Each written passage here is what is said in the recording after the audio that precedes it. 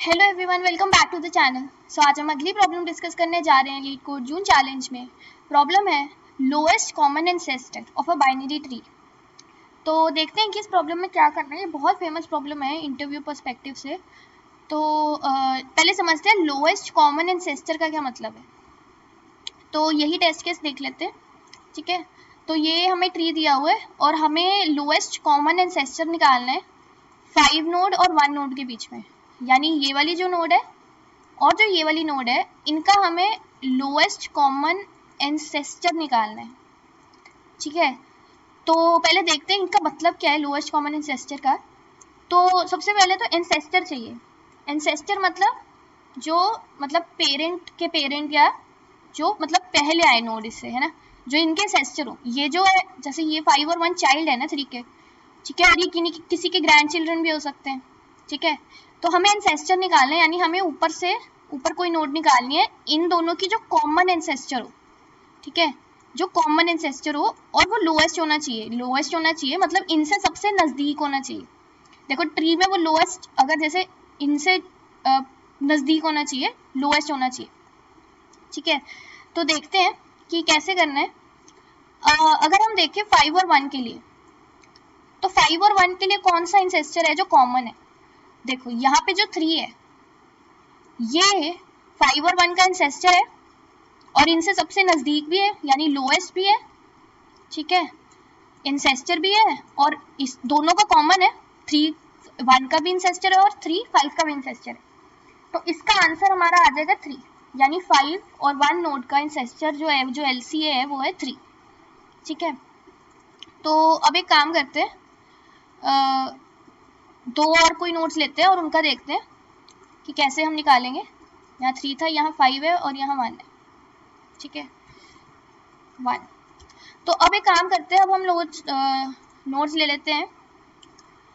P ले लेते हैं, हमें जैसे दिया हुआ है 5 और Q ले लेते हैं 6, ठीक है। यानी कि ये वाली नोड और ये वाली नोड, इनका LCA निकालना है। अब देखना ध्यान से, जो 5 और 6 नोड है, जो 6 है उसका एंसेस्टर क्या है 5, ठीक है। यानी इन दोनों में कॉमन क्या एंसेस्टर आ रहा है, दोनों का कॉमन एंसेस्टर 5 है। देखो 6 का एंसेस्टर 5 है और 5 खुद का तो हो गई, ठीक है। तो जब 5 और 6 नोड है तो हमें आंसर मिल जाएगा 5, ठीक है। सिमिलरली जब 1 और 8 होगा, जब हमारा P होगा 1 और हमारा Q होगा 8, तो इनका LCA क्या होगा 1, ठीक है, क्योंकि 1 पहले आ रहा है 8 से और दोनों में मतलब 8 का एंसेस्टर 1 है तो 1 आ गया, तो इसका आंसर आ गया 1, ठीक है। अब एक काम करते हैं, अब एक और एग्जांपल से समझते हैं। जैसे यहाँ पर अगर P और Q ले लें, जैसे P ले लें हम 6 और Q ले लें हम 8, ठीक है। अब ध्यान से देखना है, जो 6 है वो यहाँ पे और जो 8 है वो यहाँ पे है। तो इनका कॉमन एंसेस्टर क्या है, 5 कॉमन नहीं है दोनों में, 8 नहीं है, लाइक 8 से 5 जो है एंसेस्टर नहीं है 8 का, और 3 जो है वो एक कॉमन एंसेस्टर है 6 का भी और 8 का भी। देखो 6 का है और 8 का भी है, तो इसका आंसर आ जाएगा 3, ठीक है। तो एक बहुत इंपॉर्टेंट ऑब्जर्वेशन इन टेस्ट केसेस से हमें क्या मिल रही है कि ध्यान से देखते हैं। देखो अगर हम देखें सबसे पहले ये वाला टेस्ट केस 5 और 6, अब देखो ट्री में जब हम ट्रेवर्स करेंगे, नीचे नीचे डेप्थ में जाएंगे, तो जो हमारा 5 है वो पहले आ जाएगा ना, हमारा 5 हमें पहले मिल जाएगा। तो जब हमें कोई एक नोड मिल गई, जैसे P और Q में से हमें कोई एक मिल गया ना, हम वहां से वो रिटर्न करा देंगे कि हमें एक वैल्यू मिल गई, तो यहाँ से हमें 5 मिल गया, ठीक है। और अगर हम देखें, हम जब इस 3 के राइट पे जाएंगे तो हमें यहाँ पे तो कोई नहीं मिलेगा P Q में से, यानी कि हमारा लेफ्ट से हमारे पास 5 आ जाएगा पर राइट से हमारे पास कुछ नहीं आएगा, ठीक है। तो अगर ऐसा केस होगा ना, तो हमारा LCA क्या होगा, जो लेफ्ट में से आया 5, क्योंकि जब हमें एक नोड मिल गई हम वहीं से रिटर्न कर देंगे ना, तो नीचे हम जाएंगे ही नहीं, और अगर इधर से भी नहीं हमें मिला कुछ तो गारंटी है कि जो दूसरा होगा वो नीचे ही होगा यहाँ 5 के। ठीक है, तो एक ये ऑब्जर्वेशन हो गई। और देखते हैं अगर हम ये देखें 1 और 8 का, तो जो 1 है और यहाँ जो 8 है, ठीक है, जब हम यहाँ पे लेफ्ट में जाएंगे, ये जो हमारी रूट है हम सिर्फ रूट का देखेंगे, ठीक है, रूट से हम लेफ्ट पे जाएंगे तो यहाँ तो हमें लेफ्ट साइड पे कुछ नहीं मिलेगा, तो लेफ्ट से तो हमारे पास नल आएगा। और राइट से जब हम राइट पे जाएंगे तो यहाँ पे हमें 1 मिल जाएगा, 1 जो है वो हमारा p है, तो हम यहाँ से 1 रिटर्न कर देंगे। तो देखो हमें लेफ्ट से कुछ नहीं मिला पर राइट से हमें 1 मिल गया, तो हमारा LCA क्या होगा 1। ठीक है, तो अब देखते हैं ये वाला केस। इस वाले में देखते हैं, देखो 6 और 8। अब 6 जो है, जो ये 3 रोड है, ये हमारी रूट है ना, जो 6 है वो 3 के लेफ्ट में है और जो 8 है वो 3 के राइट में है। यानी कि हमें लेफ्ट से जब हम लेफ्ट पे ट्रेवर्स करेंगे 3 के तो हमें 6 मिल जाएगा, हमें यहाँ पे 6 आएगा, हम रिटर्न कर देंगे। और जब हम राइट पे जाएंगे तो हमें यहाँ से 8 मिल जाएगा, तो हम राइट में 8 रिटर्न कर देंगे।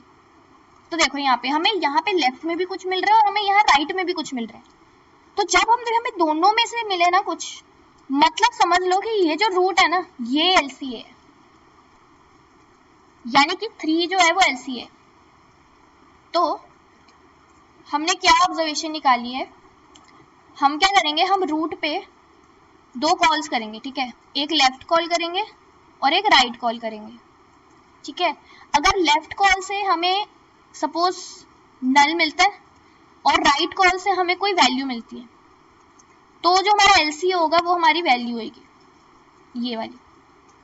अगर हमें लेफ्ट से कोई वैल्यू मिलती है और राइट से नल मिलता है तो हमारा LCA होगा ये वाली वैल्यू जो हमें लेफ्ट से मिल रही है। या फिर अगर हमें कोई वैल्यू लेफ्ट से भी मिल रही है और कोई वैल्यू हमें राइट से भी मिल रही है, जैसे यहाँ पे 6 8 था, जैसे 6 8 था ना, 6 और 8, तो अगर ऐसा केस है तो हमारा LCA क्या है, हमारा LCA है रूट, जो हमारा रूट है वही हमारा LCA है, वही लोएस्ट कॉमन एंसेस्टर है।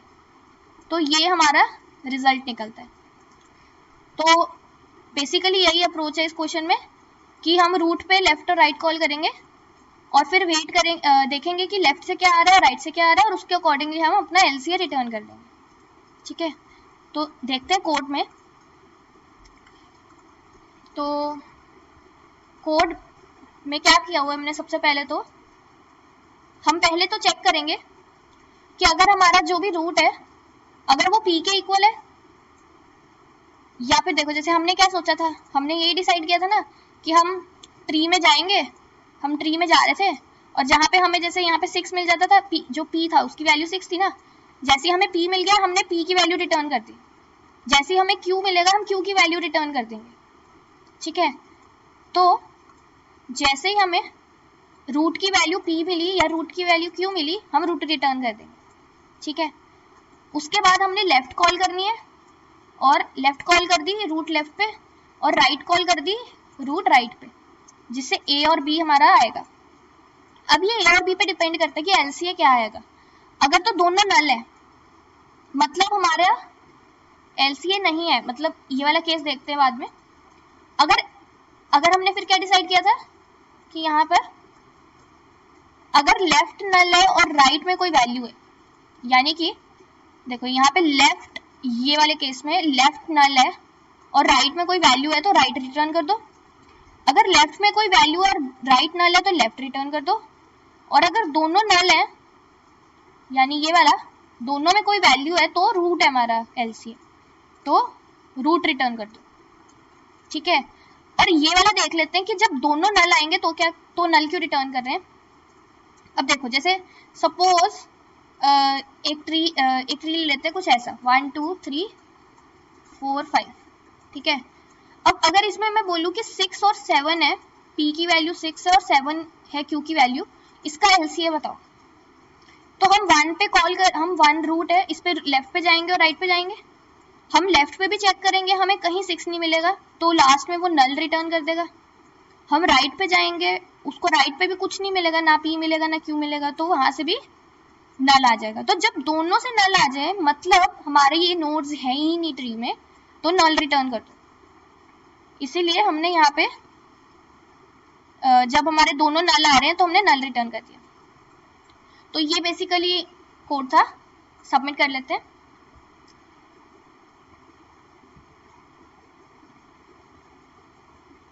एक्सेप्टेड है।